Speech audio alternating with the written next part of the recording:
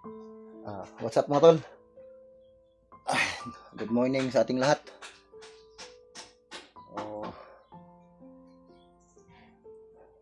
Kakarating ko lang dito sa bahay mga tol. So, umuwi muna ako dito sa bahay para mabisita ko din naman yung alaga kong aso dito mga tol, dahil kawawa yung aso. Kung hindi ako makapunta dito ay hindi talaga makakain yung aso ko. So,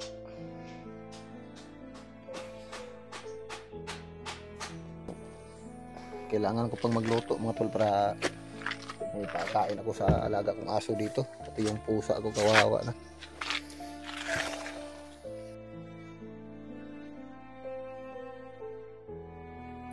Kawawa yung pusa ko dito.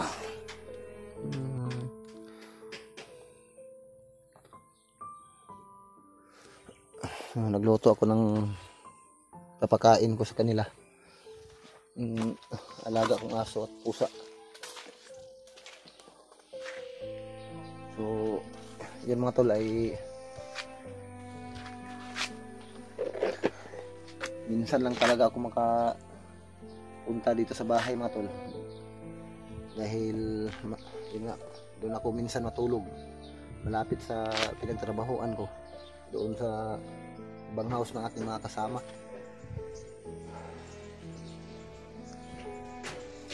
So, problema ko ngayon mga tol ay natapos na yung project namin. So, stop na kami sa trabaho.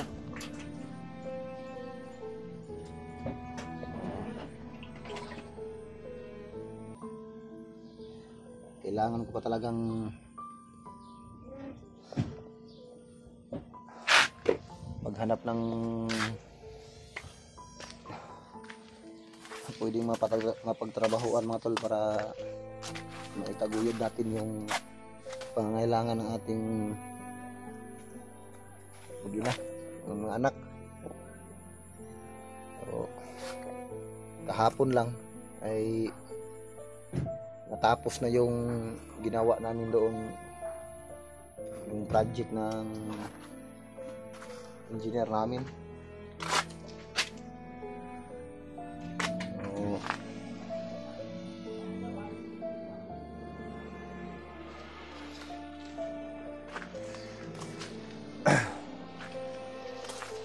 Hindi ko pa alam mga tol kung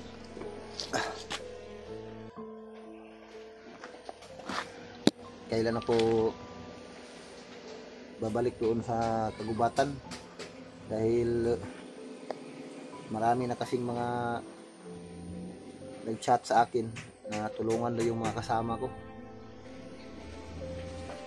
So problema ko lang hindi pa sapat yung pinagtrabahuan ko para makapag-ipon, para maibigay dun sa pangailangan natin mga anak. Kailangan ko pa talagang magtrabaho mga tol.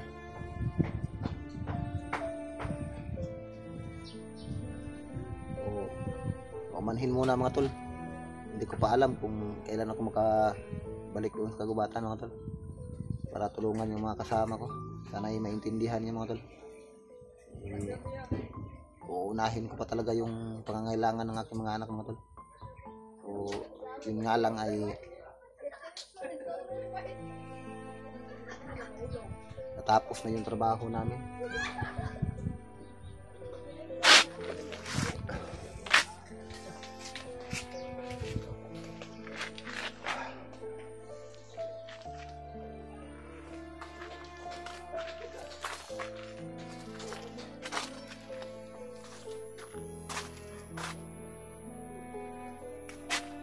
Grabe, sobrang lakas talaga ng hangin nito mga tol. Yung sunod-sunod na ulan. Yung ano ko tol, nasira yung bubong ng bahay ko. napunit yung bubong sa sobrang lakas ng hangin. Tinalian ko na lang ng alambre.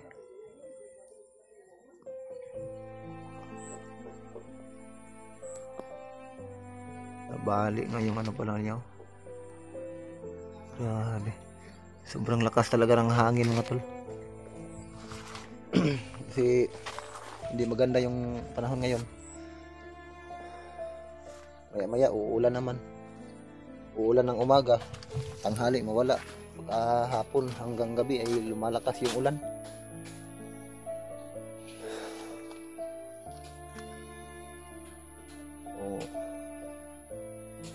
Kikita dito yung bundok mga tol.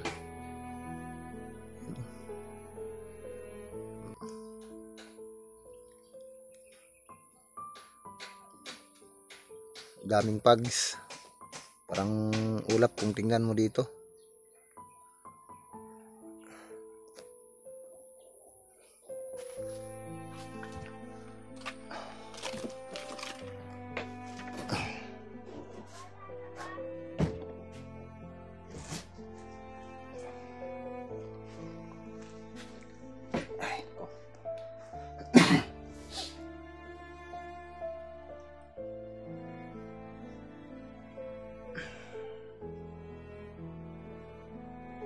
Daming problema mga tol.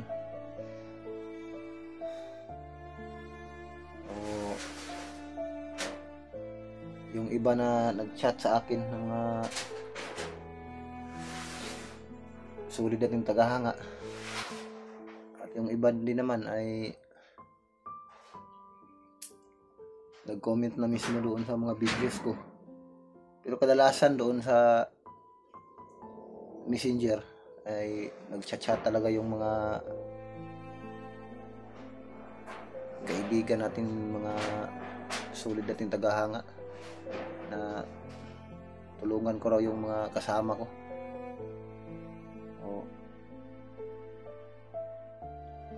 Paumanhin sa inyo, hindi ko pa alam kung kailan ako makabalik doon sa kabundukan. Katulad ngayon ay natapos na yung trabaho ko, yung project namin doon. Pansamantala ay standby na naman ako. Kailangan ko pa talagang maghanap uli ng trabaho mga tol. Ayaw ko namang magutom yung pamilya ko.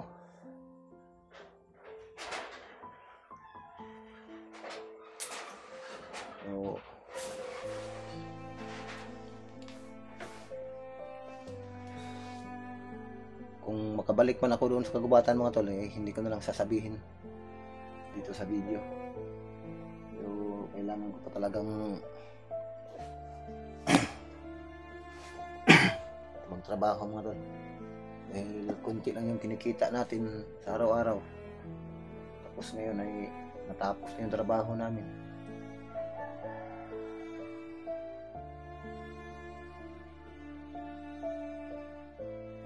Ngayon ay nandito ako sa bahay mga tol. Kanina mga banda alas 4 ng umaga umuwi ako dito. Puyat ako mga tol, ay hindi ako nakatulog na maayos.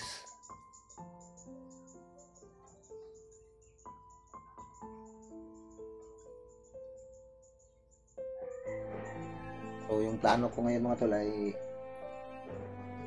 puntahan ko lang siguro yung mag-ina ko doon para makita ko yung kalagayan nila doon. Hindi ako magtatagal doon mga tol, ay babalik na naman ako kaagad dito.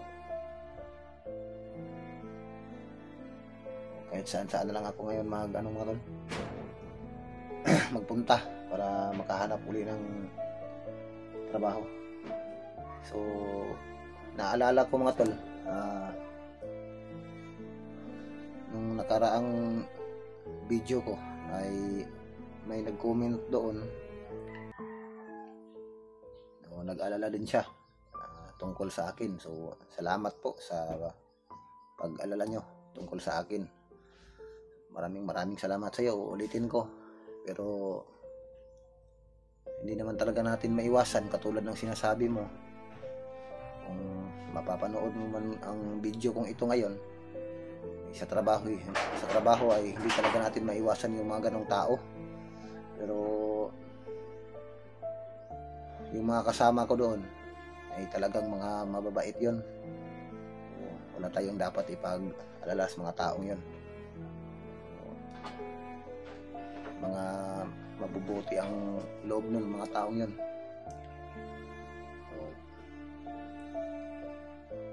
Pero yung paalala mo ay tanggap ko yun, ma'am. Tanggap ko yun, ate. Sana mapanood mo tong video na ito, yung nag-comment sa akin tungkol doon. Pero magpapasalamat din ako sa iyo para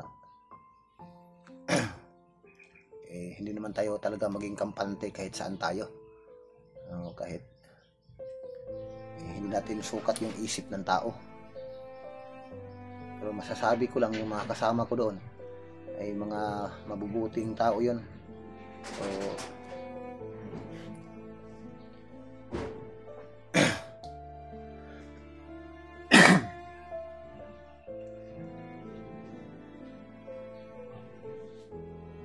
katulad nga kanina na sinasabi ko kanina na hindi natin masukat yung ugali ng tao.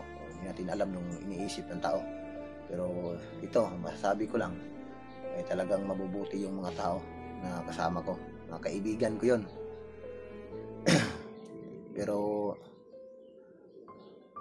kahit saan ako magpunta, hindi naman talaga ako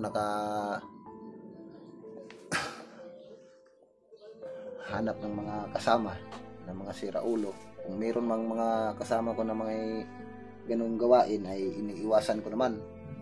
So madaling salita, yung mga kasama ko doon ay yun nga, kaibigan ko talaga sila. So alam ko yung mga ugali nila kasi nakita ko naman sa mga sarili nila na mapagkatiwalaan talaga yung mga taong yun, yung mga kasamahan ko sa trabaho sa construction. Kahit saan ako nagpunta, kahit saan ako mapadpad na lugar,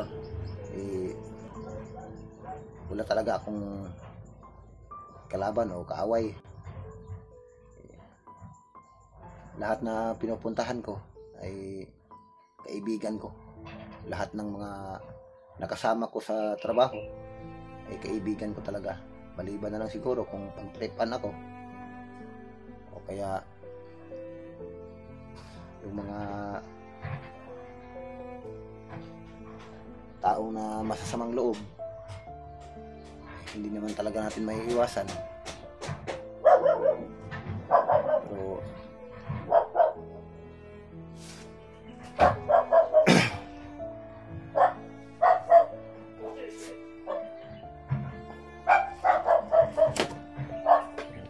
aso ko sigaw. Adobs!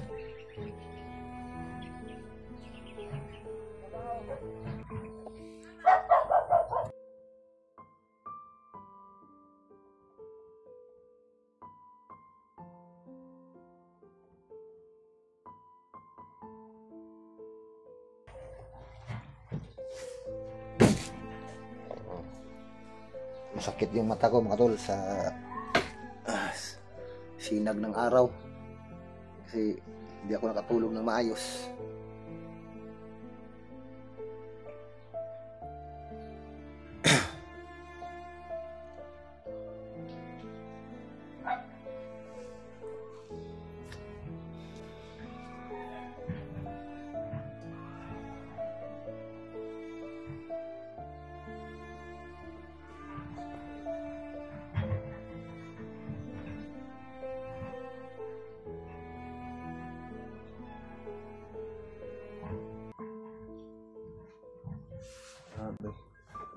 Na butas-butas yung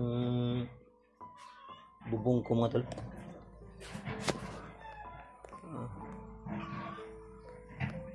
May umakyat siguro dito.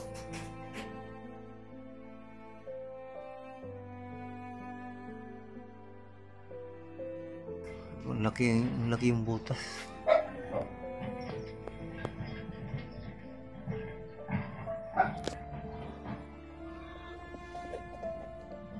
Hindi naman siguro sa amin.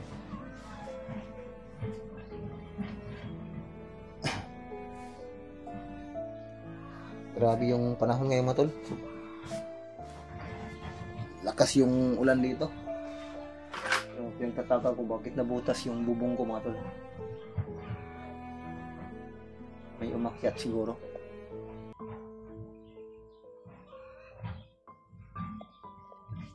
Mga tol, ulitin ko sa inyo. Maraming salamat sa inyo. Hindi ko pa alam mga tol kung kailan ako makabalik sa kagubatan. Dahil nga katulad ng sinabi ko kanina, kailangan ko pa talagang yung mga pamilya ko mga tol. Dahil natapos na yung trabaho ko doon.